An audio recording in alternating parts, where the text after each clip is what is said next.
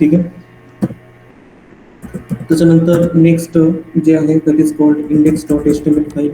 Index dot H T M L माहिती आता index dot H T M L कसं use करतो. So this is the single file आहे. और ह्यालाच तुम्ही काय म्हणू शकता, रूट म्हणू शकता. ठीक आहे, म्हणजे root of the application. Root of the application, ॲप्लिकेशनचा रूट आहे.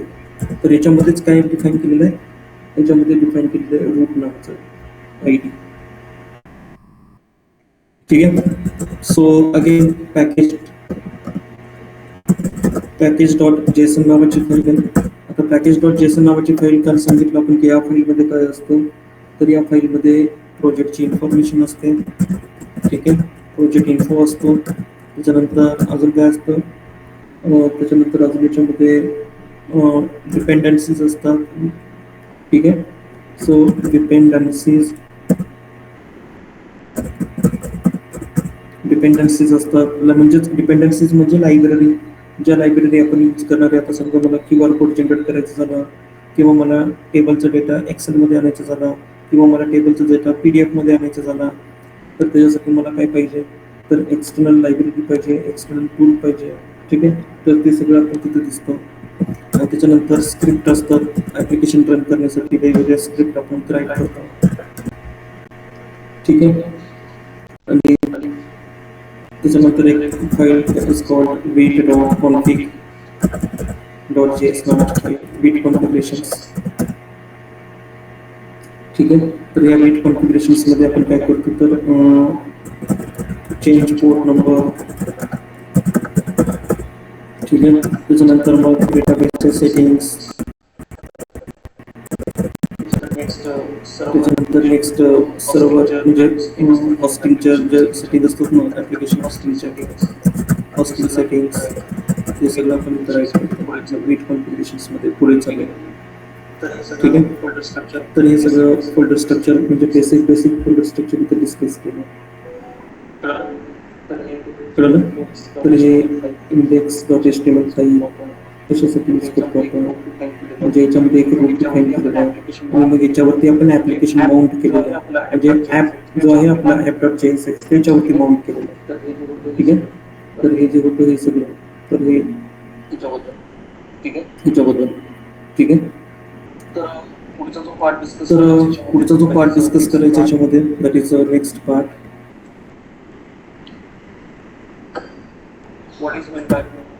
What is meant by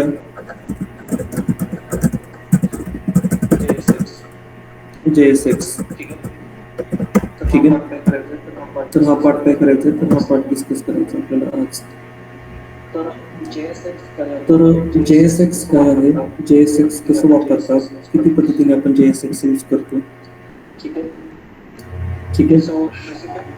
so basically याच्यामध्ये JSX काय आहे, JSX ह्यालाच शॉर्टकटमध्ये म्हणतात, it is called JavaScript XML. ठीक आहे. किंवा ह्यालाच अजून एक नाव आहे जावास्क्रिप्ट एक्सटेन्शन.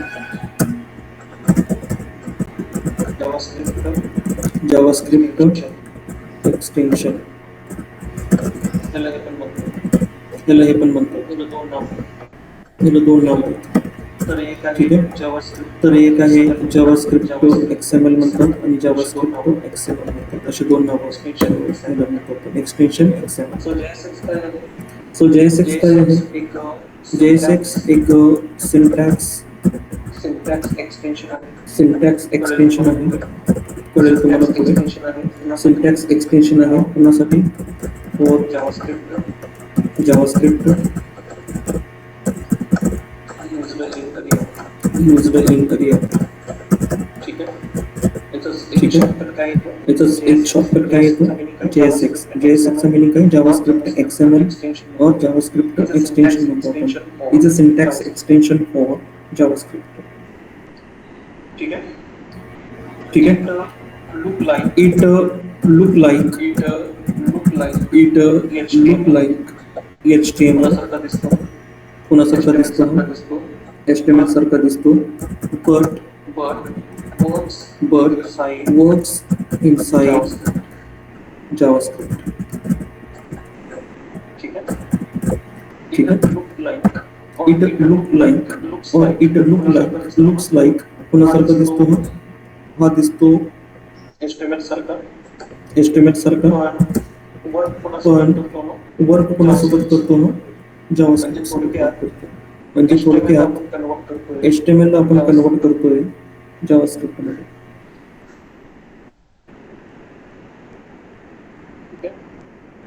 ठीक आहे समजतं नाही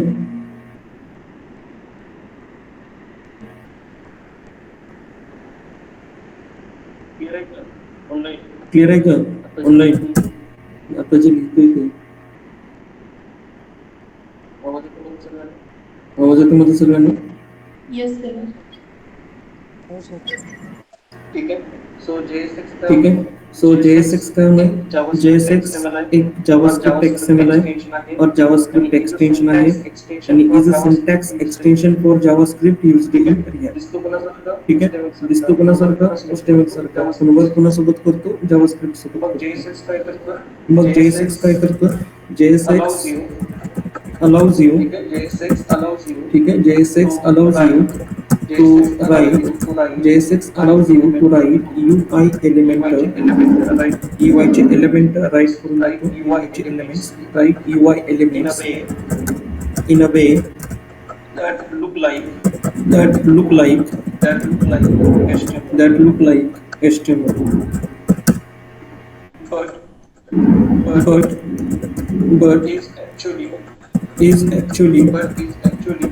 but is actually JavaScript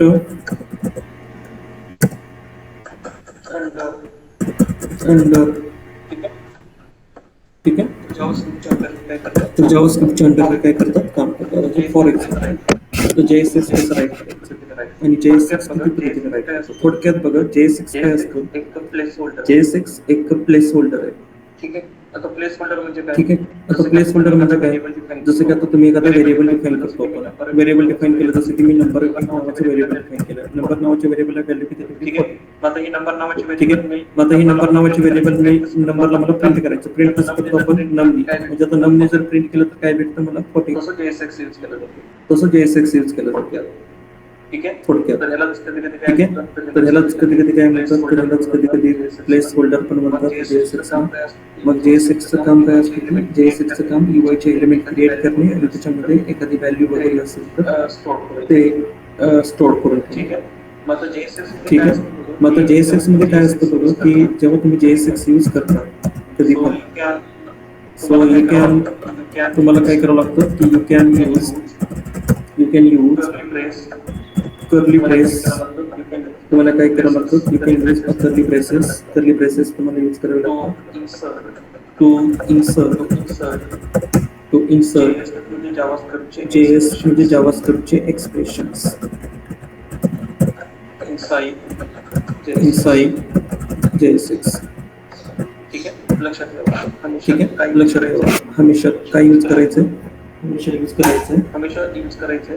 हमेशा यूज करायचं कर्ली ब्रेसेस यूज करायचे आता एक एक्झाम्पल बघा तर एक एक्झाम्पल मध्ये कालच आपण एक सिंपल एक्झाम्पल बघितलं होतं दॅट इज कॉल्ड एज हा जो पूर्ण पार्ट दिसतो बाकीचा हा पूर्ण पार्ट जो आहे हा पूर्ण पार्ट जावास्क्रिप्टचा ठीक आहे इम्पोर्ट केलं app.css त्याच्यानंतर फंक्शन राईट केलं तुम्ही फंक्शन आता हे फंक्शन टाईप आपण कसं कुठे राईट करतो असलं डिक्लेरेशन कुठे राईट करतो जावास्क्रिप्ट मध्ये राईट करतो आता या जावास्क्रिप्ट मध्ये तुम्ही काय यूज केलेलं तुम्ही यूज केलेलं एक HTML ठीक आहे तुम्ही काय यूज केले तुम्ही यूज केले एक HTML आता जावास्क्रिप्टच्या अंडर तुम्ही यूज करताय HTML so this HTML is called as the JSX ठीक आहे basically JSX can be used to write UI element UI चे एलिमेंट जर आपल्याला राईट करायचे झाले UI डिझाईन करायचं झालं तर UI डिझाईन करण्यासाठी तुम्हाला हेल्प कोणाची घ्यावी लागते HTML चीच हेल्प घ्यावी लागते पण तो HTML कशामध्ये जातो तर तो HTML जातो जावास्क्रिप्टच्या अंडर ठीक आहे. हे सिम्पल एक्झाम्पल की बाबा याच्यामध्ये तुम्ही काय केलं, याच्यामध्ये तुम्ही यूज केलं. मग आता ह्या ऍप्लिकेशनला रन करायचं. मग आता ह्या ऍप्लिकेशनला रन करण्यासाठी ऑलरेडी माझ्याकडे कमांड प्रॉम्प्ट ओपन आहे आणि कमांड प्रॉम्प्ट रिॲक्ट ॲपमध्ये आहे आणि याच्यातनं आपल्या प्रोजेक्टमध्ये जायचं, मला हॅलो वर्ल्डमध्ये जायचं. ठीक आहे. आणि हॅलो वर्ल्डमध्ये जाऊन रिॲक्ट ऍप्लिकेशनला रन करायचं. So how I can run npm run react. ठीक. तर रिॲक्ट ऍप्लिकेशन काय आहे तर रन होईल. सो बाय डिफॉल्ट जो पोर्ट नंबर आहे तो कोणता पोर्ट नंबर आहे, 5173 हा पोर्ट नंबर. आणि हा पोर्ट नंबर घेतला एकदम आणि इथे काय केलं आहे ना. सो रन करू. तर एक हॅलो वर्ल्ड नावाचं काय यायला पाहिजे, एक हॅलो वर्ल्ड नावाचं एक मेसेज आला पाहिजे. मेसेज आला पाहिजे. ठीक आहे. मग आता याच्यामध्ये काय करायचं की याच्यामध्ये मला आता JSX यूज करायचं आहे. सो JSX कसा यूज करायचा, तर JSX यूज करण्यासाठी बघा, दिस इज अ सिंपल फॉर्म आहे JSX. काय झालं सिंपल. मग आता नंतर बघा की एक्झाम्पल्स बघूया काय की ज्याच्यामध्ये आपण JSX यूज करू शकतो. कसं यूज करायचं JSX. ठीक आहे. म्हणजेच HTML सोबत जावास्क्रिप्ट यूज करणे. ठीक आहे. किंवा HTML ला जावास्क्रिप्ट सोबत यूज करणे, जावास्क्रिप्टच्या अंडर यूज करणे, त्याला म्हणतो आपण JSX. आता एक्झाम्पल बघा कसे असतात. तर हे झालं एक सिंपल एक्झाम्पल. ठीक आहे. मग आता त्याच्यानंतर मग काय करा, त्याच्यानंतर नेक्स्ट पुढे या. पुढे आल्यानंतर मग आपल्याला JSX बघायचं आहे. आता JSX बघण्यासाठी मी फंक्शनमध्ये आहे. फंक्शनमध्ये आलो. आता जावास्क्रिप्ट मध्ये मला काय डिफाईन करायचं की मला काही व्हेरिएबल डिफाईन करायचे. जसं की मी एक व्हेरिएबल डिफाईन केला कॉन्स्टंट नेम नावाचा. आणि नेम मध्ये मी नेम पास केलं, काय नेम पास केलं मी जावास्क्रिप्ट. ठीक आहे. कॉन्स्टंट एक नेम पास केलं, name is equal to JavaScript. त्याच्यानंतर पुढे ठीक आहे. त्याच्यानंतर पुढे एक अजून एक कॉन्स्टंट व्हेरिएबल पास केलं, कॉन्स्टंट अजून एक व्हेरिएबल पास केलं एज. आता एज जावास्क्रिप्टचं जे एज आहे ते एज मी टाकून दिलं किती 30. बरोबर आहे. असे दोन व्हेरिएबल्स आपण काय केले, असे दोन व्हेरिएबल्स आपण काय केले. आता यांच्या अंडर रेड जो मार्क आलेला आहे तो काय आहे की बाबा एज तुम्ही डिक्लेअर केले किंवा नेम तुम्ही डिक्लेअर केले, पण त्याला तुम्ही कुठं अजून यूज नाही केलेलं. कारण तुम्हाला माहिती आहे ज्यावेळेस तुम्ही कॉन्स्टंट डिफाईन करता तर त्याला कुठे ना कुठेतरी यूज करावं लागतं. ठीक आहे. किंवा तुम्ही जर त्याला यूज नाही केलं, कोणी असू दे, लेट असू द्या, वॅर असू द्या, कॉन्स्ट असू द्या, काही पण असू द्या, जर तुम्ही हा व्हेरिएबल तुम्ही डिफाईन केलाय पण त्या व्हेरिएबलला तुम्ही जर कुठे कुठं वापरलं नाही तर तो त्याच्या अंडर असं काय करतो, असं अंडरलाईन ट्रेड करतो. ठीक आहे. मग मला काय करायचं आहे की मला आता हे व्हेरिएबल मला यूज करायचं आहे. बरोबर आहे. हे व्हेरिएबल आहेत ना, काहीतरी व्हॅल्यू असते. मग आता हे व्हेरिएबल मला कोणासोबत यूज करायचे, तर हे व्हेरिएबल मला जावास्क्रिप्ट आहे. मग आता हे मला HTML सोबत यूज करायचं आहे. ठीक आहे. मग आता HTML सोबत कसं यूज करायचं, तर HTML सोबत यूज करण्यासाठी काय केलं, तर एक मेसेज दिला. पहिलाच मेसेज समजा हॅलो वर्ल्डच्या ठिकाणी एक मेसेज दिला काय की हॅलो जावास्क्रिप्ट.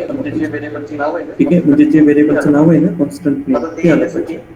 आता ते येण्यासाठी आताच मी थोड्या वेळापूर्वी बोललो की बाबा समजा जर तुम्हाला व्हॅल्यू जर स्टोअर करायचे असतील तर काय यूज करा, कर्ली ब्रॅकेट यूज करा.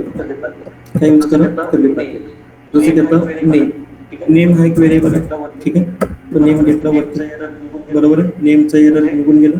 म्हणजे आता मेसेज काय प्रिंट होईल, हॅलो जावास्क्रिप्ट. जर मी इकडून कंटिन्युअस केलेलं आहे ऑलरेडी आणि इकडून कंटिन्युअस केल्यामुळे काय भेटलं मला इकडे रेंडरिंग ही फास्ट होते.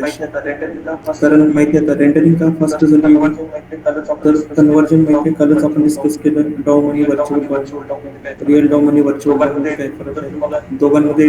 जर तुम्हाला चेंजेस डिटेक्ट करायचे झाले दोघांमध्ये, ठीक आहे, डिफरन्स जर चेक करायचं झालं तर एक अल्गोरिदम यूज केला जातो. त्या अल्गोरिदमचं नाव काय, कोणता अल्गोरिदम यूज करतो आपण, डिफिन अल्गोरिदम यूज करतो.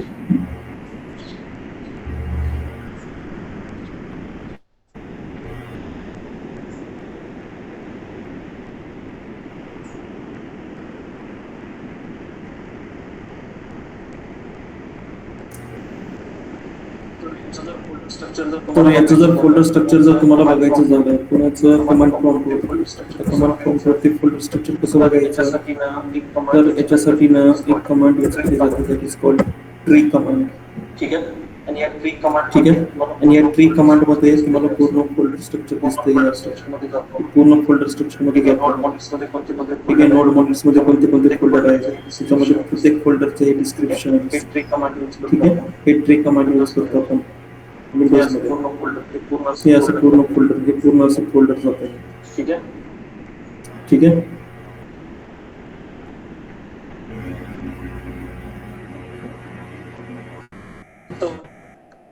So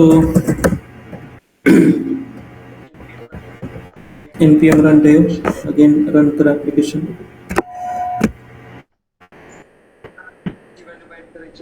पुढची व्हॅल्यू बाइंड करायची. आता पुढची व्हॅल्यू कशी बाइंड करायची? समजा पुढची व्हॅल्यू घेतली मी, एक पॅराग्राफ टॅग घेतला, पी टॅग, एस्टिमेटचा पी टॅग आहे, आणि इथं मी मेसेज असं दिलं की युअर एज ऑफ. ठीक आहे. मला याच्यामध्ये काय बाइंड करायची व्हॅल्यू? मला याच्यामध्ये व्हॅल्यू बाइंड करायची एज, आणि एज मध्ये मी टाकलं इयर्स ओल्ड. ठीक आहे. Your 30 years of old. बरोबर. परत आपण चेक करा की हा रेंडर झाला असेल. युअर 30 इयर्स ऑफ म्हणजे थोडक्यात काय करतो आपण तर व्हॅल्यू बाइंड करतो. JSX म्हणजेच अप्रोक्स पॉइंट बघितलं की JSX काय. So it look like the HTML but works inside the JavaScript. आहे हा कोणासारखा दिसतो? HTML सारखाच आहे पण हा HTML नाहीये, हा JSX आहे. ठीक आहे. बेसिकली याचा वापर आपण कशासाठी करतो तर याचा वापर आपण तो करतो JSX allows you to write UI चे एलिमेंट राईट करण्यासाठी. UI चे एलिमेंट म्हणजे H1 P टॅग. ठीक आहे. याच्याशिवाय तर UI बनत नाही. मग आपण आता वापरतो जावास्क्रिप्ट. मग आता जावास्क्रिप्ट मध्ये HTML यूज करतोय आपण, तो HTML म्हणजेच JSX आहे. ठीक आहे. एवढं लक्षात ठेवा. सो अगेन आता समजा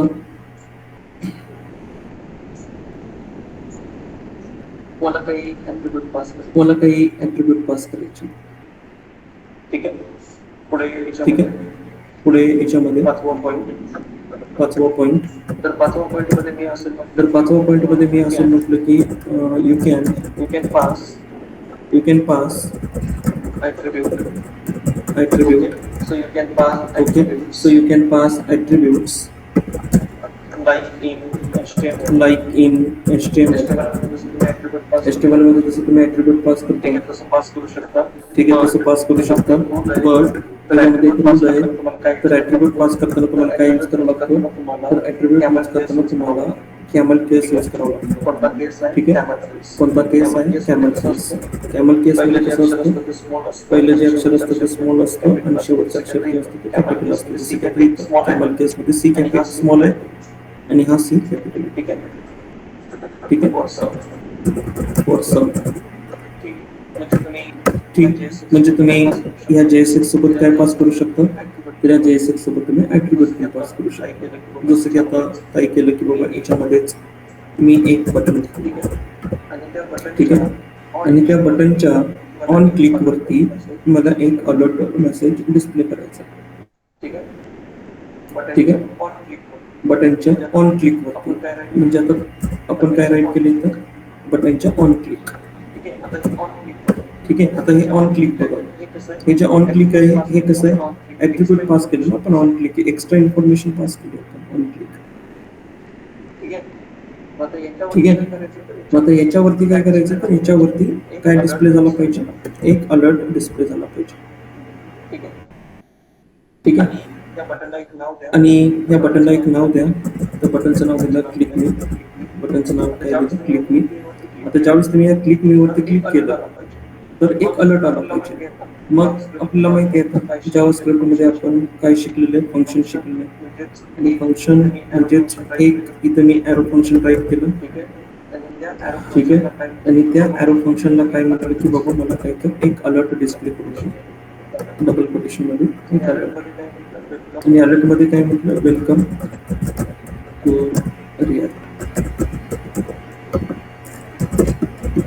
ठीक.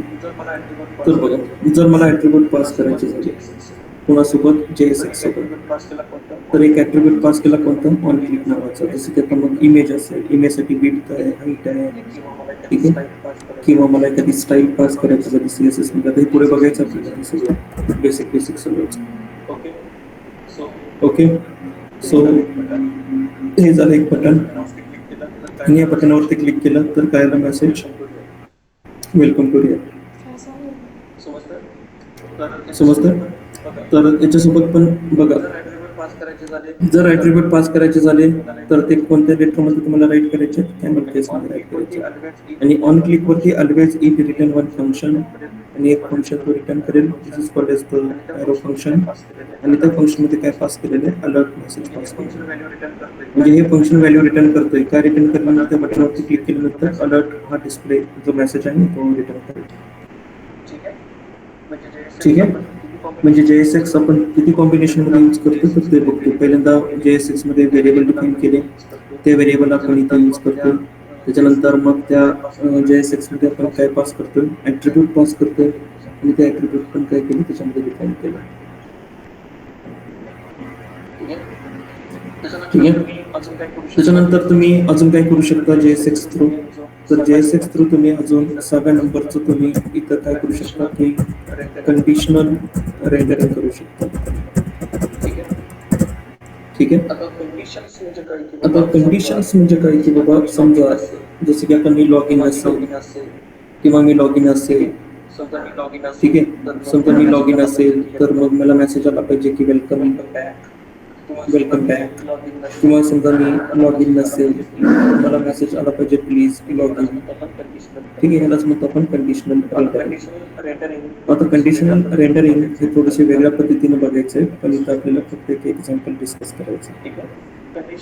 ठीक आहे, कंडिशनली रेंडरिंग करणे. लॉग इन असेल तर चेक करा की वेलकम बॅक मेसेज आला पाहिजे, लॉग इन असेल तर प्लीज लॉग इन हा मेसेज आला पाहिजे. थोडक्यात काय, जर तुम्ही लॉग इन असेल तर तुम्ही डॅशबोर्ड वरती असले पाहिजे, आणि समजा तुम्ही जर लॉग इन नसेल तर तुम्ही कुठल्या पेजवरती असले पाहिजे, लॉग इनच्या पेजवरती असले पाहिजे. म्हणजेच ह्याला म्हणतो कंडिशनल रेंडरिंग. कशी करायची, तर कंडिशनल रेंडरिंग साठी सुद्धा आपण काय करतो, JSX वापरतो. आता कंडिशनल रेंडरिंग जर करायचं झालं तर वरती मी एक व्हेरिएबल डिफाईन केला कॉन्स्टंट, त्याचं नाव दिलं काय, इज लॉग्ड इन, आणि इज लॉग्ड इनची व्हॅल्यू सुरुवातीला आहे ट्रू, म्हणजे मी लॉग इन आहे. ठीक आहे, मग त्याला वापरायच्यासाठी कंडिशनल रेंडरिंग कशी करतो, तर हे वेगळी पद्धत आहे थोडीशी, फक्त आपण इथे एक्झाम्पल डिस्कस करतो. कोणती पण व्हॅल्यू जर मला बाइंड करायची झाली तर मी कर्ली ब्रॅकेट यूज करेन. ठीक आहे, कारण JSX हा रूल आहे. व्हेरिएबलचं नाव काय आहे, is logged in. Is logged in check करा, इज लॉग्ड इन आहे का क्वेश्चन मार्क. जर इज लॉग्ड इनची व्हॅल्यू जर ट्रू असेल, म्हणजे क्वेश्चन मार्क म्हणजे चेक करतो की व्हॅल्यू जर ट्रू असेल, तर मी इथं म्हटलं H2, आणि H2 मध्ये मी मेसेज दिला की वेलकम बॅक. ठीक आहे, पुढे H2 इथं संपलं, मग म्हटलं कोलन, बरोबर आहे, चेक करा इज लॉग्ड इनची व्हॅल्यू चेक करा काय आहे, क्वेश्चन मार्क काय आहे, ट्रू आहे. ट्रू असेल तर ही व्हॅल्यू रेंडर होईल, कोलन. जर ट्रू नसेल तर कोलनच्या नंतरचा तो पार्ट आहे तो रेंडर होईल. म्हणजेच ह्याला म्हणतो कंडिशनल रेंडरिंग. आणि इथं काय म्हटलं, प्लीज लॉग इन. ठीक आहे, मेसेज काय दिलं, प्लीज लॉग इन. हे झाली कंडिशनल रेंडरिंग. कंडिशनल रेंडरिंग मध्ये ऑलवेज आपण क्वेश्चन मार्क यूज करतो, आणि त्या क्वेश्चन मार्क मध्ये काय असतं की चेक असतं की इज लॉग्ड इनची व्हॅल्यू, आता सध्या इज लॉग्ड इनची व्हॅल्यू काय आहे, ट्रू आहे. ठीक आहे, आता ट्रू आहे म्हटल्यानंतर मला मेसेज काय भेटेल, वेलकम बॅक. म्हणजे हे चेक होतं इथे की ट्रू आहे. तर ट्रू असेल तर काय कर, हे एक्झिक्यूट कर, नसेल तर काय कर, हे एक्झिक्यूट कर. थोडक्यात इफ एल्स सारखं असतं. तरच काय म्हणतो आपण कंडिशनल रेंडरिंग. आता JSX हमेशा कशामध्ये राईट करतो आपण, कर्ली ब्रॅकेट मध्ये राईट करतो. तर कर्ली ब्रॅकेट मध्ये इथं राईट केलेलं आहे. ठीक आहे, पूर्ण JSX. मग परत या आणि चेक करा काय मेसेज आला, वेलकम बॅक. म्हणजे कंडिशन व्हॅल्यू काय आहे, म्हणजे मी लॉग इन आहे. समजते सगळ्यांना? येस. ठीक आहे, सो अगेन मग आता इथं मी म्हटलं लॉगिनची व्हॅल्यू समजा इथं म्हटलं लॉगिनची व्हॅल्यू फॉल्स. आता फॉल्स म्हटल्यानंतर मेसेज काय गेला पाहिजे, मी कुठल्या पेजवरती गेलं पाहिजे, लॉगिनच्या पेजवरती. म्हणजे इथं काय आलं पाहिजे, प्लीज लॉग इन. ठीक आहे. तर हे कंडिशनल रेंडरिंग वगैरे कसं करायचं, काय करायचं ते पुढे बघूया आपण. तर बेसिकली आपण लॉग इन लॉग आउट मध्येच करत असतो ते लॉग इन की डॅशबोर्ड म्हणजे तुम्ही जर लॉग इन असेल तरच तुम्ही प्रोडक्ट परचेस करू शकता. अदरवाईज तुम्ही परत मग तुम्हाला कुठं घेऊन जातो तो लॉग इनच्या पेजवरती. So this is called conditional rendering. म्हणजे JSX मधून तुम्ही काय करू शकता, तर JSX मधून तुम्ही कंडिशनल रेंडरिंग पण करू शकता. ठीक आहे. त्याच्यानंतर पुढे जर बघितलं, so by using JSX you can also use the loop statement. ठीक आहे. जसं की मला एखादी लिस्ट आहे, एखाद्या नावाची लिस्ट आहे, एखाद्या फ्रूटची लिस्ट आहे किंवा एखाद्या मेनूची लिस्ट आहे. ठीक आहे. आणि ती लिस्ट मला रेंडर करायची. ठीक आहे. म्हणजे इथं काय लिहिणं, we also use or we also render a lists. ठीक आहे. using JSX. तर JSX चा वापर करून तुम्ही काय करू शकता, एखादी लिस्ट असेल, नावांची लिस्ट असेल, मेनू आयटमची लिस्ट असेल किंवा एखादी प्रोडक्टची लिस्ट असेल. ठीक आहे.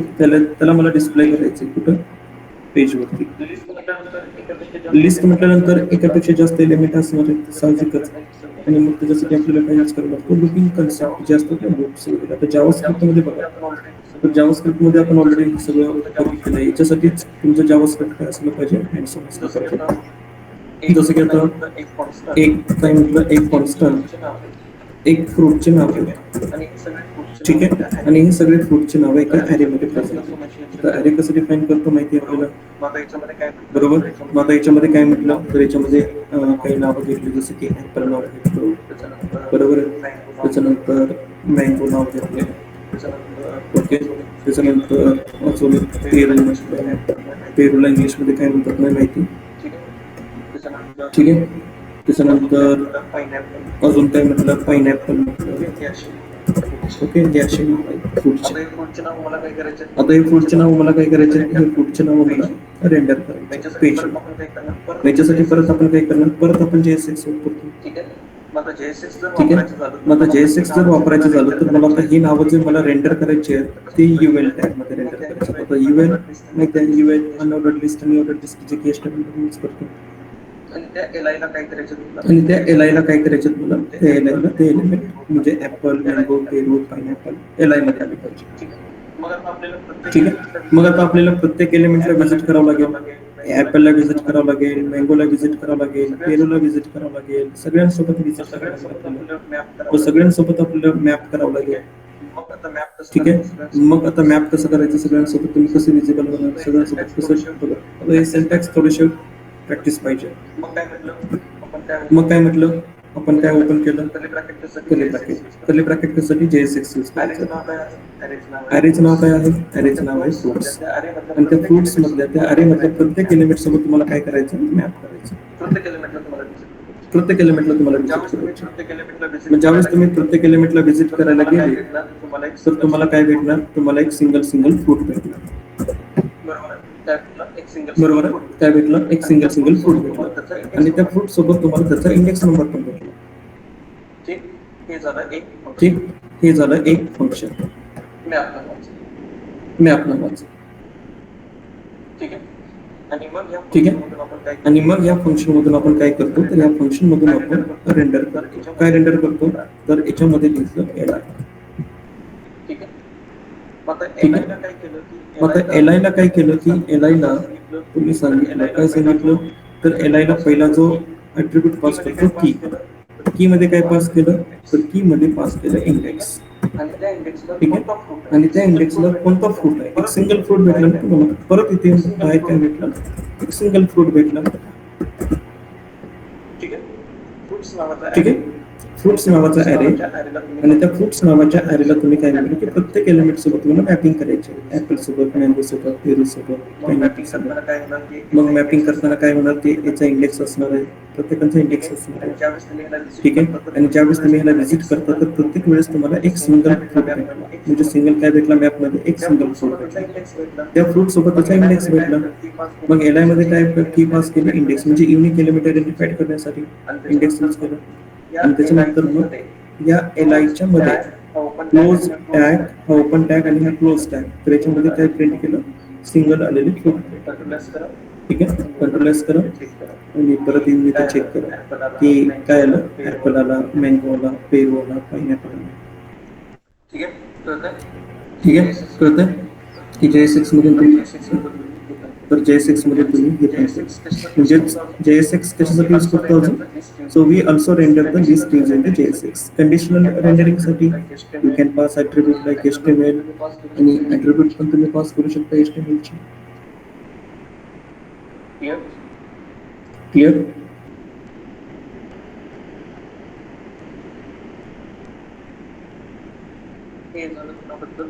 हे झालं कुणाबद्दल, तर आता हे झालं कशाबद्दल की आता बघू याच्यामध्ये JSX मध्ये जे की पॉईंट्स आहेत, तर की पॉईंट्स तुम्ही काय काय शिकलो JSX मध्ये, काय की पॉईंट्स तुम्ही शिकले. तर पहिला जो की पॉईंट तुम्ही लर्न केला त्याच्यामध्ये की JSX इज नॉट HTML. बरोबर आहे. हे पहिलं पॉईंट तुम्ही डिस्कस केलं. Basically, it can be used for to create the UI चे एलिमेंट. UI चे एलिमेंट क्रिएट करण्यासाठी आपण काय करतो, JSX. त्याच्यानंतर दुसरा की पॉईंट तुम्ही काय शिकलो की दुसरा की पॉईंट तुम्ही असं शिकलात की बाबा याच्यामध्ये काय करता, याच्यामध्ये तुम्ही कर्ली ब्रेसेस तुम्ही यूज करता. ठीक आहे. कर्ली ब्रेसेस कशासाठी, अलाउ एम्बेडिंग जावास्क्रिप्ट एक्सप्रेशन, जावास्क्रिप्टचे एक्सप्रेशन्स यूज करण्यासाठी. ठीक. आणि त्याच्यानंतर मग तुम्ही अजून आपण काय म्हटलं, जर मला ॲट्रिब्यूट जर पास करायचे झाले, ठीक आहे, जर मला काय पास करायचे झाले, ॲट्रिब्यूट्स जर मला पास करायचे झाले, यूज काय करणार मग, कोणत्या केसमध्ये ॲट्रिब्यूट पास करतो आपण, कॅमल केसमध्ये ॲट्रिब्यूट पास करतो. ठीक आहे. तर कॅमल केसमध्ये ॲट्रिब्यूट पास केले. त्याच्यानंतर पुढे फोर्थ नंबर हा काय करतो, तर JSX मस्ट रिटर्न काय रिटर्न करतो, अ सिंगल पॅरेंट रिटर्न करतो. ठीक आहे.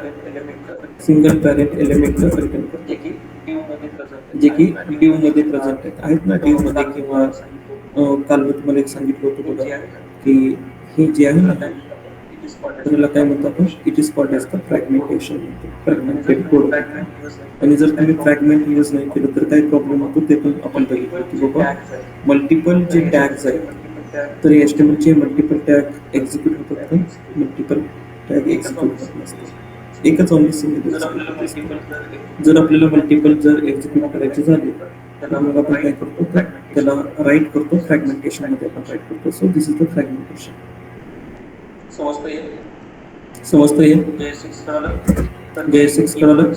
तर हे की पॉईंट्स आहेत कोणाचे, JSX चे.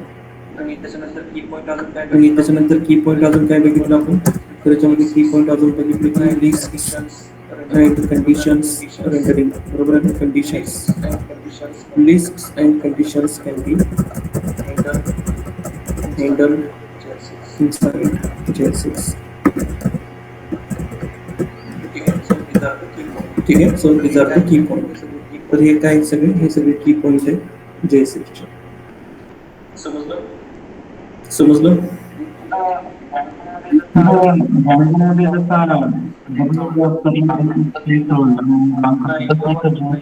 नाही, आवाज येत नाही.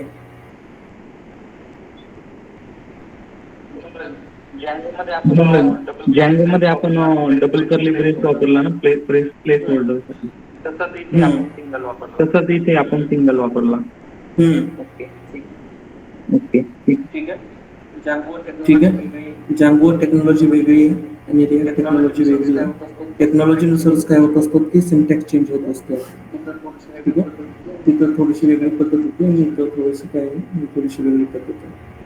Okay so okay, so next part that is पुढचा जो पार्ट डिस्कस करायचा आहे that is again the important question. हे सगळे बेसिक गोष्टी आहेत.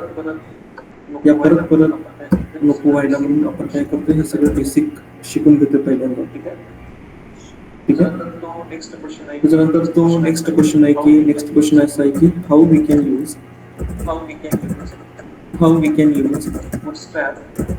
bootstrap in React. तर रिॲक्ट मध्ये bootstrap कसं यूज करायचं. ठीक आहे, तर या सगळ्या बेसिक गोष्टी आहेत आणि या बेसिक गोष्टी पहिल्यांदा क्लिअर करून घ्या सगळं आणि त्याच्यानंतर मग पुढे बोलूया. ठीक आहे, आणि त्याच्यासोबतच काय करायचं की त्याच्यासोबतच अजून आपल्याला बघायचं की how we can use bootstrap in React as well as how to render images कशा रेंडर करायचे.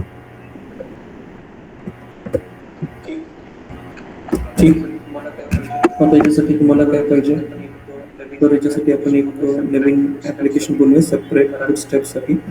कारण याच्यामध्ये सेपरेट बनवूया. ठीक आहे, मी ह्याला क्लोज केलं. पहिल्यांदा ऍप्लिकेशन बनवून घ्या.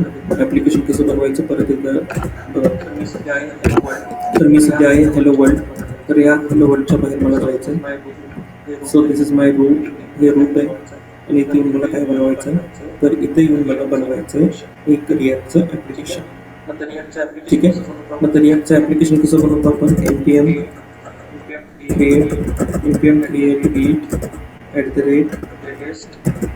@latest प्रोजेक्टचं नाव काय, प्रोजेक्टचं नाव आहे bootstrap demo. हे प्रोजेक्टचं नाव आहे. ठीक आहे, इंटर प्रेस केल्यानंतर हा विचारेल तुम्हाला फ्रेमवर्क कोणता यूज करायचा. तर याच्यातनं जे फ्रेमवर्क आपण घेतो तो रिॲक्ट, त्याच्यानंतर जी लँग्वेज सिलेक्ट केली जावास्क्रिप्ट. ठीक, मग तो काय म्हणतो, तर 3 कमांड तुम्हाला चालवायला लागतात. तर पहिल्यांदा तुम्हाला या प्रोजेक्टमध्ये जायचं, त्याच्यानंतर npm इन्स्टॉल करायचं आणि जर तुम्हाला ॲप्लिकेशन रन करायचं झालं तर npm रन करतो. ओके, मग मी पहिल्यांदा काय म्हटलं, पहिल्यांदा मी bootstrapमध्ये आलो, bootstrap डेमोमध्ये. तिथे येऊन काय म्हटलं, npm इन्स्टॉल केलं. आता npm इन्स्टॉल का केलं, कारण रिॲक्ट ॲप्लिकेशनला रन करण्यासाठी जे काही लायब्ररी लागतील ते इन्स्टॉल करून देतो आपण इनिशियल लेवलला.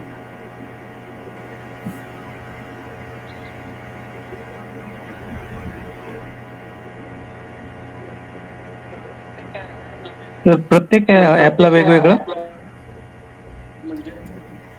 म्हणजे npm इन्स्टॉल हा नवीन बनवतो ना प्रोजेक्ट सगळा. npm इन्स्टॉल ॲपला वेगळं नाही, तो लायब्ररी इन्स्टॉल करतोय, पॅकेजेस इन्स्टॉल करतोय. जसं पायथॉन मध्ये तुम्ही यूज करता ना इम्पोर्ट वगैरे एखादं MySQL सोबत MySQL फाईल, एखादी एक्सटर्नल फाईल, तसं काय करतोय की त्या प्रोजेक्टच्या रिक्वायर्ड जेवढ्या काही लायब्ररी असतील इनिशियल लेवलला तो सगळं इन्स्टॉल करून देतो. आपल्याला ते करावंच लागतं, तेव्हा त्याच्याशिवाय रिॲक्ट ॲप्लिकेशन रन नाही होत. ओके.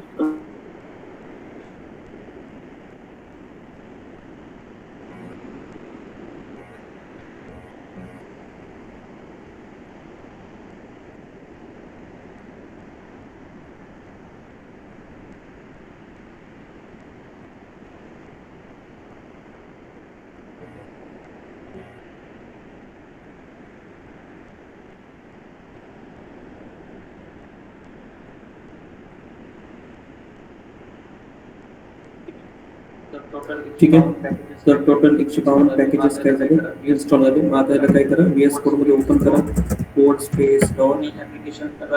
मी ऍप्लिकेशन रन नाही केलं.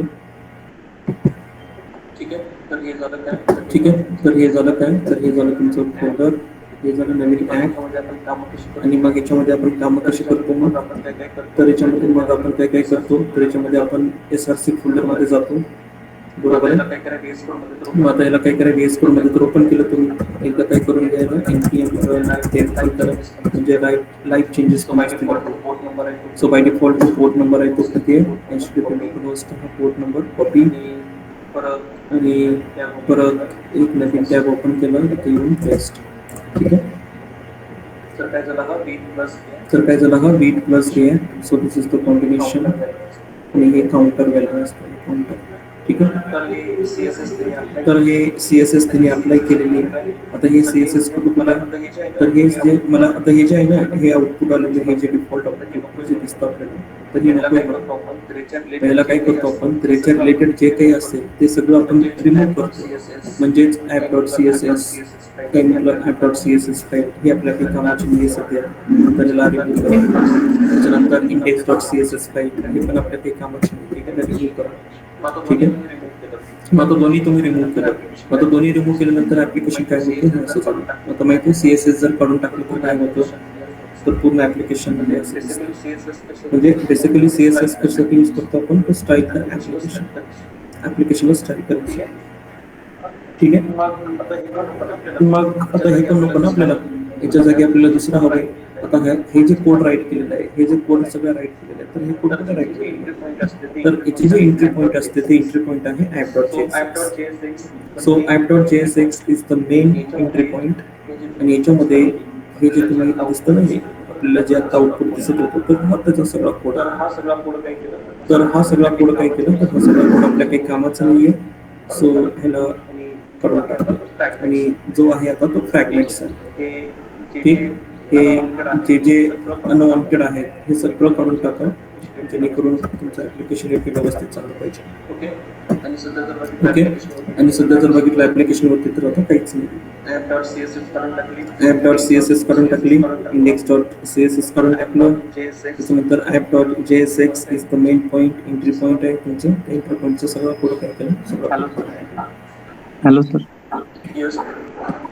येस तर पूर्ण ऍप आपल्याला एकाच फंक्शन मध्ये लिहायचं आहे का?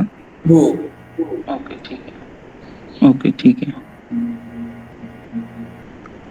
कारण हे ऍप नाव कुठेतरी रेंडर केले हे नाव कुठेतरी घेतले आपण main.jss मध्ये जर आला तुम्ही तर इथे काय जे काही कोड राईट करायचं ते सगळं तुम्हाला त्या ऍप मध्येच राईट करायचं आणि तो ऍप कुठेतरी रेंडर होणार आहे. कुठे रेंडर होणार आहे रूट वर रेंडर होणार आहे. रूट कुठे डिफाईन केलं index.html.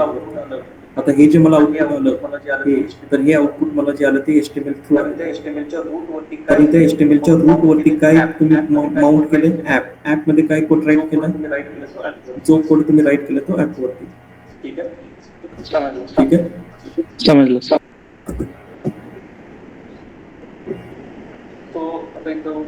सो आता इथं आल्यानंतर मग आपण हे जे राईट केलं so this is called like fragmentation आणि या फ्रॅगमेंटेशन मध्ये मग काय करायचं की आपल्याला पहिल्यांदा बुटस्ट्रॅप हे करायचं. ठीक आहे. आता बुटस्ट्रॅप जर आपल्याला यूज करायचं झालं तर मग एक h1 टॅग घेतला. h1 मध्ये नाव दिलं काय दिस इज कॉल्ड बुटस्ट्रॅप डेमो. ओके. हे बुटस्ट्रॅपचा डेमो बरोबर. मग इथे हे नाव करायला बुटस्ट्रॅप demo.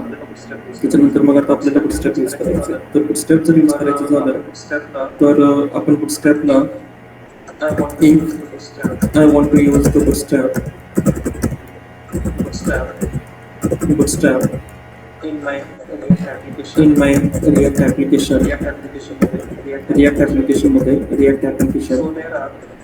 so there are two ways. किती ways आहे त्याचे? Two ways आहे. First by using CDN link आणि त्याच्यानंतर दुसरं by installing bootstrap. ठीक आहे. तर दोन पद्धतीनं काय करतो आपण bootstrap यूज करतो. एक तर ऑनलाईन पद्धत that is called CDN link आणि त्याच्यानंतर दुसरी पद्धत by installing the bootstrap direct काय करतो आपण इन्स्टॉल करतो रिॲक्ट मध्ये आणि ज्यावेळेस तुम्ही bootstrap इन्स्टॉल केले तर ही जी पद्धत असते तर ही पद्धत असते ऑफलाईन पद्धत. ठीक आहे. ऑफलाईन मध्ये there is a no internet required, इंटरनेटची गरज नाही पडत. पण ज्यावेळेस तुम्ही सीडीएन लिंक यूज करता तर सीडीएन लिंक मध्ये काय लागतं तुम्हाला? ऑलवेज ऑन इंटरनेट काय असलं पाहिजे? ऑलवेज ऑन असलं पाहिजे. या दोघांमध्ये हा फरक आहे. जर तुम्हाला समजा इंटरनेट चालत नसेल तुमच्या एरियामध्ये कुठेतरी, ठीक आहे, आणि तुम्हाला ऑफलाईन पद्धतीने जर बुटस्ट्रॅप यूज करायचं झालं तर त्याला इन्स्टॉल करावं. आणि ज्यावेळेस तुम्ही इन्स्टॉल करता त्यावेळेस तुम्हाला इंटरनेटची गरज नाही.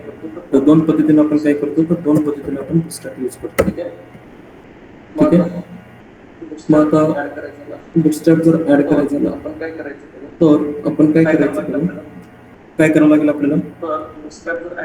तर बुटस्ट्रॅप जर ऍड करायचं झालं इथं काय म्हणा, इथं inner steps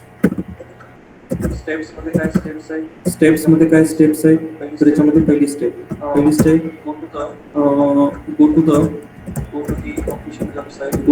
official website of Bootstrap. बुटस्ट्रॅपच्या ऑफिशियल वेबसाईट वरती जा and copy the CDN link. ठीक आहे. तर पहिलं काम बघा. तर ऑफिशियल वेबसाईट वरती काय करायचं? तर बुटस्ट्रॅपच्या ऑफिशियल वेबसाईट वरती जायचं. सो bootstrap.com नावाची तर वेबसाईट वरती bootstrap.com आणि या बुटस्ट्रॅपच्या ऑफिशियल वेबसाईट वरती आले तुम्ही तर इथं काय नाव दिसते तुम्हाला? डाउनलोड. ठीक आहे. आणि त्याच्यानंतर आत्ताच एक पॉइंट आपण डिस्कस केला की तुम्ही दोन पद्धतीनं बुटस्ट्रॅप म्हणजे यूज करू शकता. एक आहे CDN ची लिंक जे काही आपण करतोय आता, आणि त्याच्यानंतर बाय इन्स्टॉलिंग बुटस्ट्रॅप. ठीक आहे. आता बुटस्ट्रॅप इन्स्टॉल कसं करायचं? मग त्याच वेबसाईट वरती तुम्हाला त्यांनी सांगितलेलं आहे की एक कमांड पण दिलेली आहे बाजूला, npm install bootstrap. ठीक आहे. तर ही कमांड काय करायची तुम्हाला? तर हे पॅकेज तुम्हाला तुमच्या रिॲक्ट ऍप्लिकेशन मध्ये इन्स्टॉल करायचं. सो मी याला कॉपी केलं आणि कॉपी करून कमांड प्रॉम्प्ट वरती हे थांबवलं थोडा वेळ आणि इथे येऊन काय केलं? कमांड टाईप केलं npm install bootstrap 5.3.8 नावाचं वर्जन. ठीक आहे. याला इन्स्टॉल करून घ्या ऑफलाईन पद्धतीने.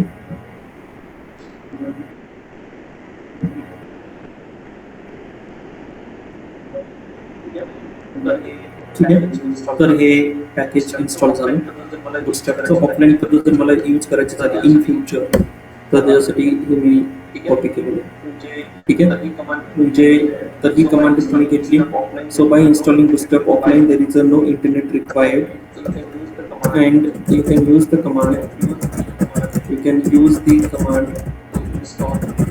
टू इन्स्टॉल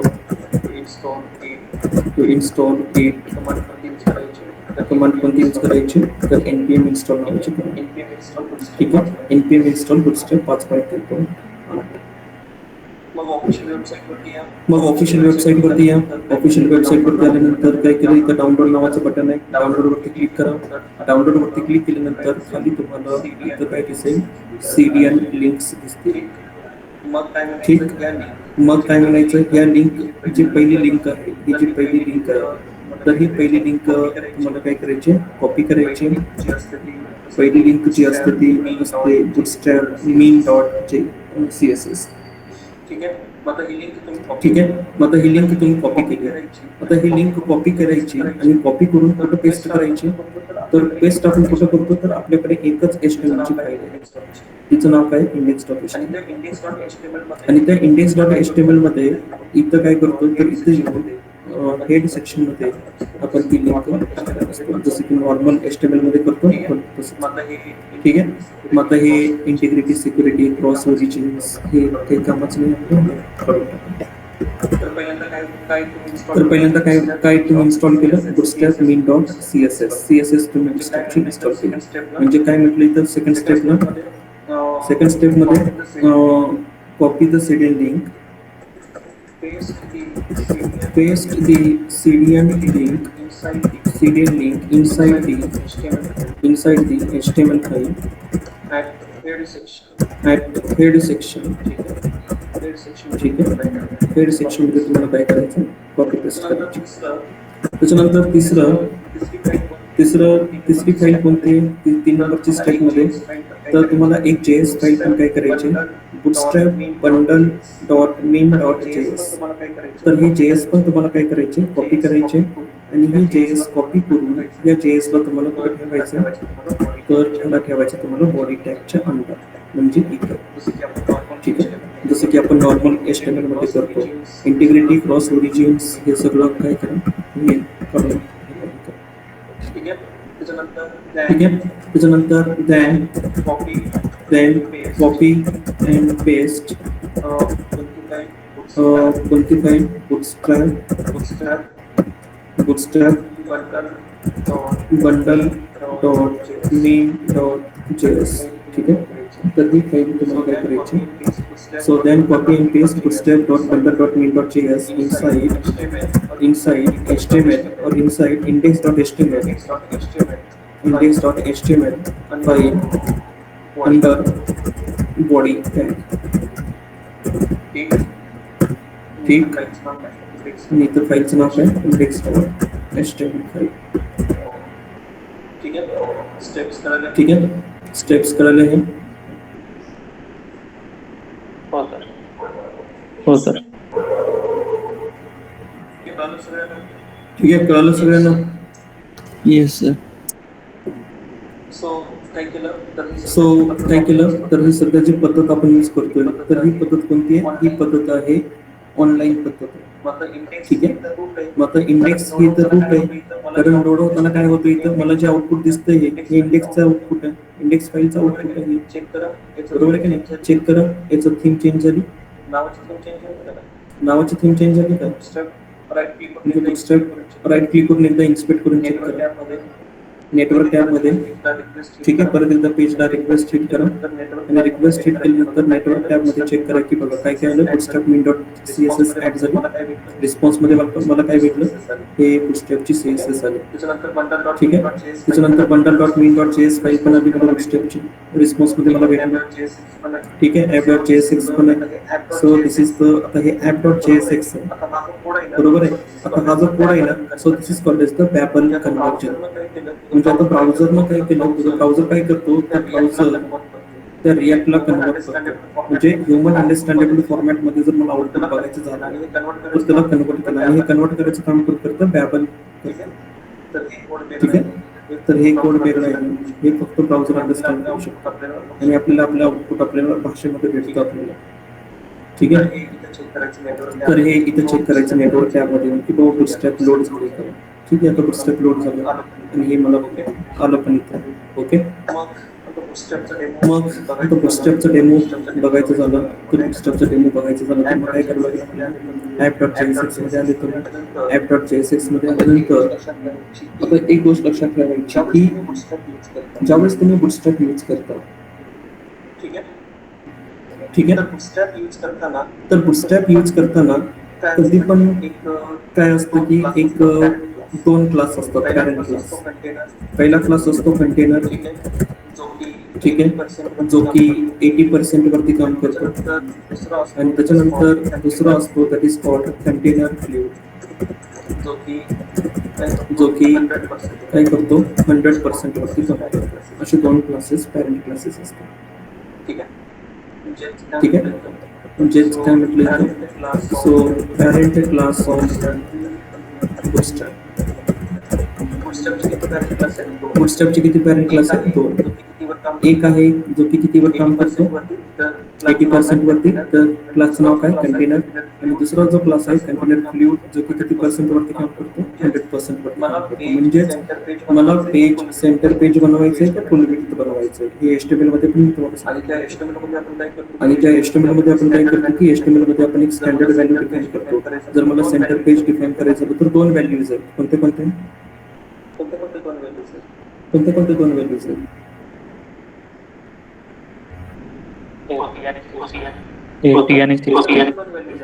कोणते 2 व्हॅल्यूज आहेत? एक आहे 80% आणि दुसरी आहे 60%. ठीक आहे. तर 80% आणि 60% वरती जर तुम्ही काम करायला गेलं तर तो सेंटर पेज असतो. हे 2 ठरलेल्या व्हॅल्यूज आहेत. मग आता ज्यावेळेस मी बुटस्ट्रॅप यूज करेन ना, तर बुटस्ट्रॅप यूज करताना मला एक पॅरेंट क्लास घ्यावा लागेल कंटेनर. ठीक आहे. मग आता कंटेनरच्या मध्ये काय असतं, सो इनसाइड द कंटेनर और inside the parent element, there will be number of rows, काय असतं, रोज असतं. किती पण तुम्ही रोज डिफाइन करू शकता एका पॅरेंटच्या मध्ये. ठीक आहे. नंबर ऑफ रोज असतं आणि रोजच्या अंडर इनसाइड दी रोज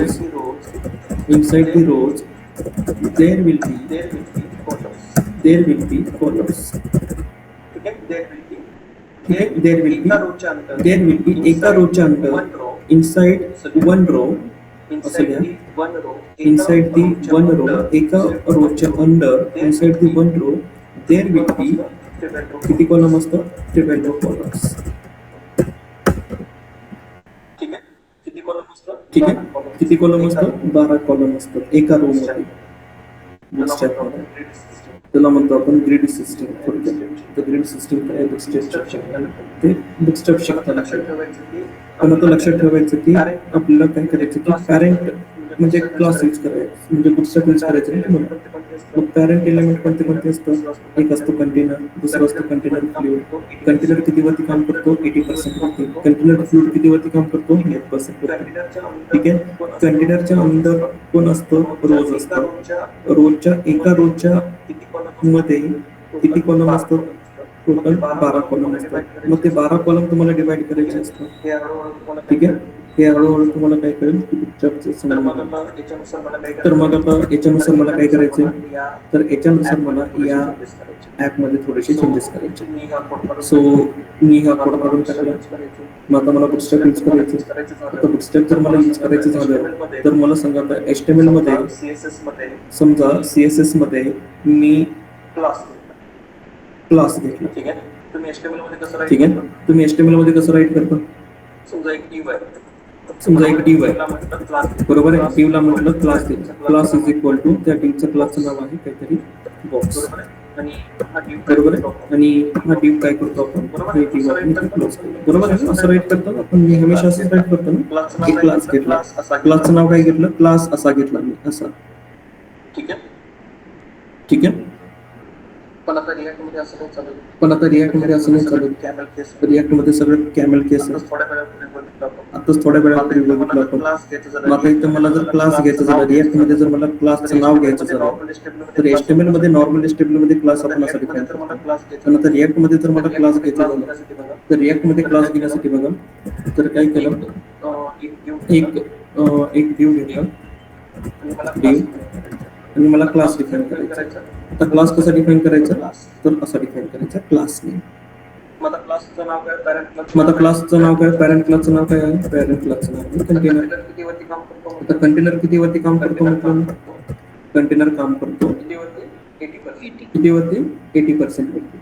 ठीक आहे. मग आता त्या कंटेनरच्या मध्ये कोण असतं, त्या कंटेनरच्या मध्ये असतात रोज. मग इथं मी काय म्हटलं, तर इथं म्हटलं की अगेन क्लास नेम, आणि क्लास नेमचं नाव काय आहे, रो. आणि एका रोच्या अंडर किती कॉलम असतात, एका रोच्या अंडर 12 कॉलम असतात. ठीक आहे. म्हणून इथं म्हटलं मी काय, div क्लास नेम, आणि क्लासचं नाव काय दिलं, कॉल. आता हे जे मी लिहिलं ना, रो, कॉल, कंटेनर, तर हे सगळे बुटस्ट्रॅपचे क्लासेस आहेत, इनबिल्ट क्लासेस आहेत. तर जवळपास तुम्ही ज्यावेळेस बुटस्ट्रॅप शिकता ना, तर तुम्हाला ऍटलिस्ट बुटस्ट्रॅपचे 100 तरी क्लासेस पाठ असणं गरजेचं आहे इनिशियल लेवलचे, तेव्हा मग हे सगळं समजतं. ठीक आहे. कळतंय ना काय बोलतोय. जोपर्यंत बघा, जोपर्यंत तुम्हाला हे येणार नाही, म्हणजे तर करावंच लागेल तुम्हाला, टाइम तर काढावाच लागणार आहे. 100 क्लासेस तर तुम्हाला पाठच करावं लागणार आहे. ठीक आहे. सो अगेन कंट्रोलेस करा, आणि कंट्रोलेस केल्यानंतर मग ते येऊन काय करा, ते चेक करा की तसं टाकायचं नाहीये. मग आता काय करायचं, तर हा जो पहिला कॉलम आहे, म्हणजे कॉल आहे, म्हणजे टोटल कॉल किती यूज केले, टोटल कॉलम मी इथे यूज केले 12. मी असं लिहू शकतो तो कॉल डॅश 12. म्हणजे टोटल कॉलम किती यूज करायचे तुम्हाला 12 कॉलम यूज करायचे, पूर्णच्या पूर्ण कॉलम मला यूज करायचे. आणि याच्यामध्ये येऊन काय केलं की याच्यामध्ये येऊन एक टेक्स्ट राईट केला. टेक्स्ट मध्ये म्हटलं बूट स्ट्रॅप, ठीक आहे. मग परत येऊन चेक करा. सो दिस इज द बूटस्ट्रॅपिंग आहे ना. इकडं लेफ्ट साइडला स्पेस सुटलेला आहे आणि राईट साइडला स्पेस सुटलेला आहे. समजतं. मग आता हे झालं काय बघा, हे झालं बूटस्ट्रॅप. मग तो बूटस्ट्रॅप मध्ये परत आपण इथं आलो. मग आता इथं आल्यानंतर मग काय म्हटलं की ठीक आहे बाबा एक पूर्ण कॉलम मी घेतला कुणासाठी नावासाठी. मग आता ह्या कॉलमच्या ह्या रोच्या बाहेर या, ठीक आहे. या रोच्या बाहेर आला, अजून एक रो मी डिफाईन केलं, देव क्लास नेम आणि त्याचं नाव दिलं रो अगेन.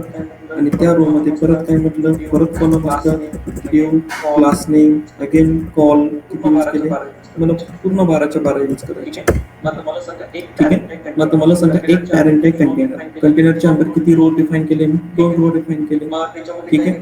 मग त्याच्यामध्ये काय घेतलं तर आता याच्यामध्ये मला घ्यायचं बटन, ठीक आहे. बटन आणि बटनचं नाव म्हटलं मी काय, बटनचं नाव घेतलं रजिस्टर, ठीक आहे. मग आता ह्या बटनचं बटन घेतलं तुम्ही, ठीक आहे. नॉर्मल बटन आहे. आता ज्यावेळेस तुम्ही पेजवरती आलात नाही बघा, काय दिसतंय नॉर्मल. मग आता ह्याला मला बुटस्ट्रॅपच्या बटन मध्ये कन्वर्ट करायचं आहे ना. जर तुम्हाला आता हे क्लासेस वगैरे जर माहिती नसतील तर डायरेक्टली तुम्ही या ऑफिशियल वेबसाईटवरती येऊ शकता. आणि या ऑफिशियल वेबसाईटवरती तुम्ही डायरेक्टली बटन जर यूज करायचं झालं तर इथं सर्च करा बटन आणि बटनचे क्लासेस तुम्हाला इथे दिसतील. तर एवढ्या टाईपचे बटन तुम्ही काय करू शकता, यूज करू शकता. आणि हे त्याचा कोड आहे इथं खाली. म्हणजे बुटस्ट्रॅपचं डॉक्युमेंटेशन हे खूप भारी आहे. सगळं कोड, सगळे एक्झाम्पल्स तुम्हाला इथंच दिलेले आहेत, ठीक आहे. मग त्याच्यामध्ये समजा तुम्हाला बटन जर यूज करायचं झालं, बटन कुठला पण येईल, तर मग इथे येऊन काय करणार, बुटस्ट्रॅपचे क्लासेस यूज करणार. सो बटन आणि त्याला म्हटलं क्लास नेम, ठीक आहे. मग तो बटन यूज करायचा ना, तो बटन बरोबर आहे. पहिला क्लास घेतला BTN, ओके. आणि ज्यावेळेस मी BTN घेतलं तर BTN असं झालं. मग त्याला कलर अप्लाय करायचा आहे. मग कलर अप्लाय करण्यासाठी BTN डॅश कलरचं नाव आहे प्रायमरी, BTN डॅश प्रायमरी. मग काय झालं, इथे एक प्रायमरी बटन आला जो की इथं दिसतं. हे त्याचे क्लासेस आहेत, हे त्याचे एक्झाम्पल्स आहेत. समजतंय. रिॲक्ट मध्ये काय यूज केलं आपण, रिॲक्ट मध्ये आपण यूज करतोय, काय यूज करतोय,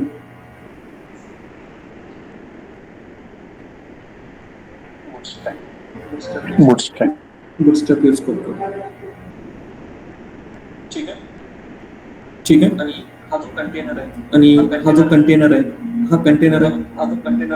मग हा जो कंटेनर आहे तर कंटेनरचा बॅकग्राऊंड कलर समजा BG बॅकग्राऊंड कलर कुठला सेट केला बाबा,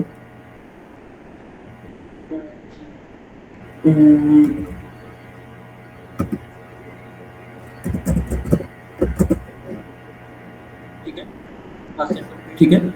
हा सेंटर पेज वरती आला आहे ना, सेंटर पेज. आणि BG आता इथं BG जर डार्क केलं तर थोडंसं वेगळं दिसेल. काय करा सेकंडरी यूज करा. Background colour BG shortcut property BG secondary, background colour secondary, ठीक आहे. तर हे असं. आणि आता ह्या टेक्स्टचा कलर मला चेंज करायचा आहे, टेक्स्ट व्हाईट करायचा आहे. आता जर हा टेक्स्ट कुठे डिफाईन केला आपण, H1 मध्ये डिफाईन केला. मग आता या H1 ला तुम्हाला काय करावं लागेल, इथे तुम्हाला क्लास द्यावा लागेल. काय, कुठला क्लास आहे, टेक्स्ट नावाचा. आणि टेक्स्ट काय म्हटलं, टेक्स्ट कलर व्हाईट, ठीक आहे. तर हा टेक्स्ट कलर व्हाईट.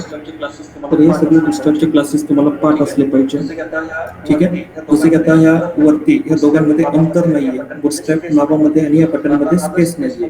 मग आता हा जर स्पेस मला द्यायचा झाला नावामध्ये आणि कशामध्ये, त्या बटन, तर एकतर मी इथे येऊन पण तो क्लास राईट करू शकतो किंवा वरती पण मी क्लास राईट करू शकतो.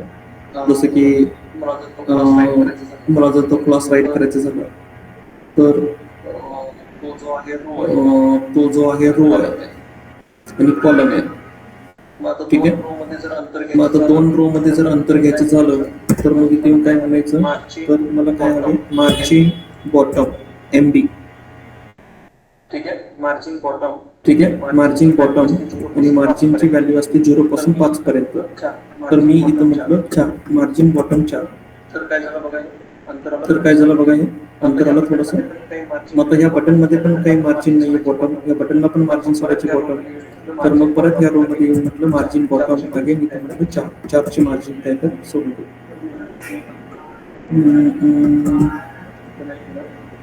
इथं नाही ना, बटनला करायचं आहे ना.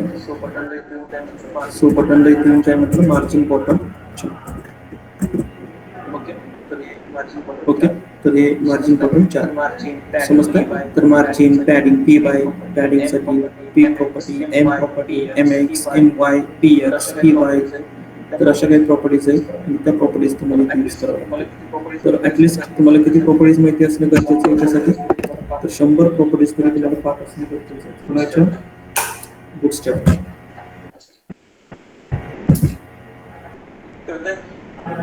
कळतंय बुटस्ट्रॅप कसं यूज करायचं.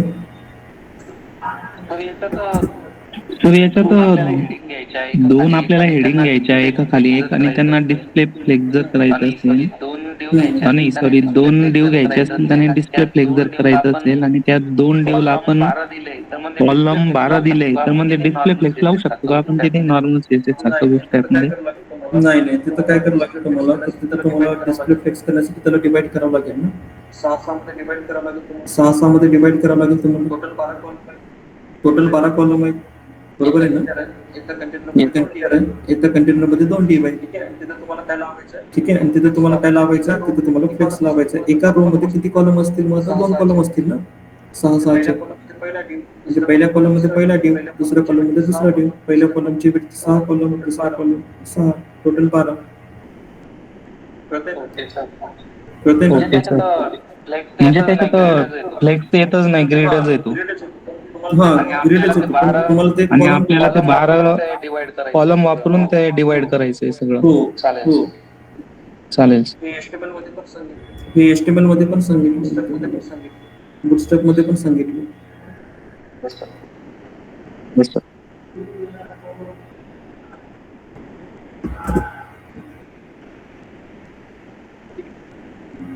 ठीक आहे.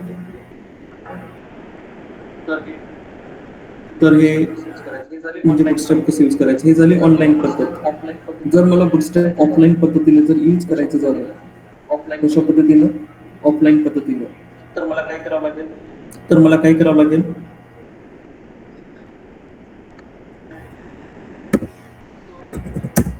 So if I want to use bootstrap offline, then I need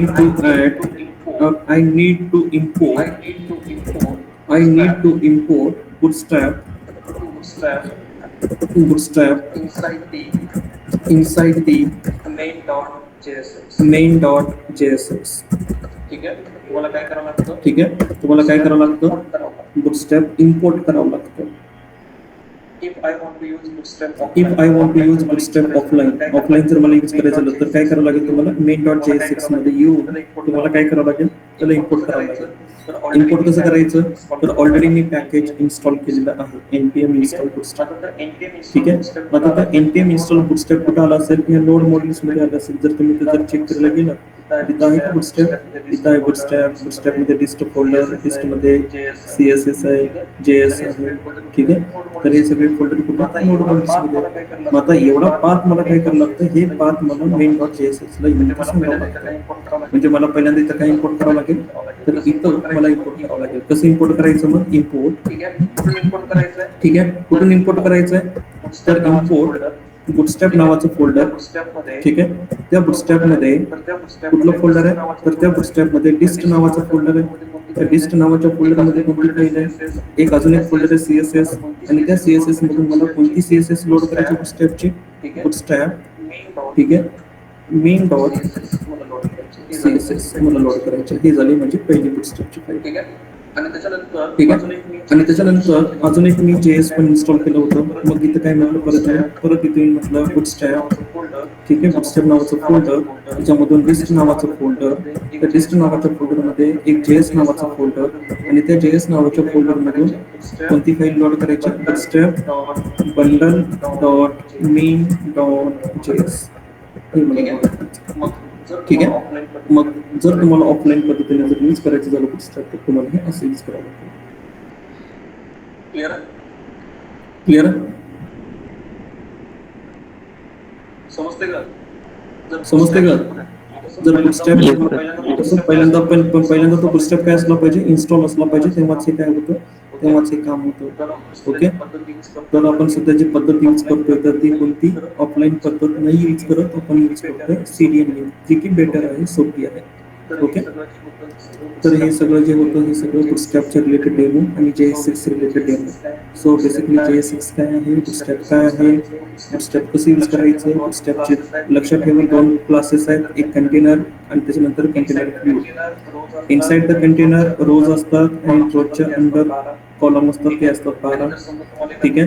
आणि जर समजा तुम्हाला एखादी बुटस्ट्रॅपची प्रॉपर्टी, एखादा क्लास जर तुम्हाला आठवत नसेल, कसं यूज करायचं माहिती नसेल, तर सरळ इथं यायचं डॉक्युमेंटेशन मध्ये आणि इथं सर्च करायचं की मला तो फ्लेक्स वापरायचा आहे. तर फ्लेक्स वापरण्यासाठी मी इथे काय म्हटलं, फ्लेक्स म्हटलं, आणि फ्लेक्स कसं वापरायचं, काय वापरायचं, तर त्याच्यासाठीच्या इथं प्रॉपर्टीज त्यांनी दिल्या.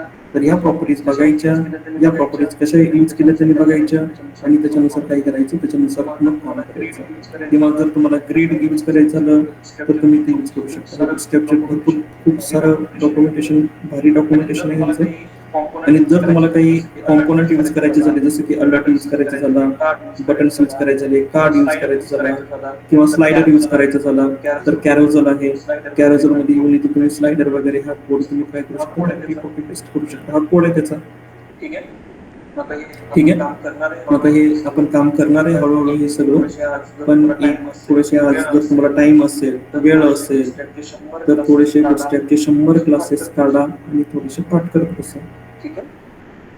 ठीक आहे. जर टाइम नसेल तर मग सोडून द्या. असंही तुमच्याकडे टाइम नाहीये, आणि ज्याला टाइम नाहीये, जो टाइमपास करतोय त्याचं प्लेसमेंटचा पण विचार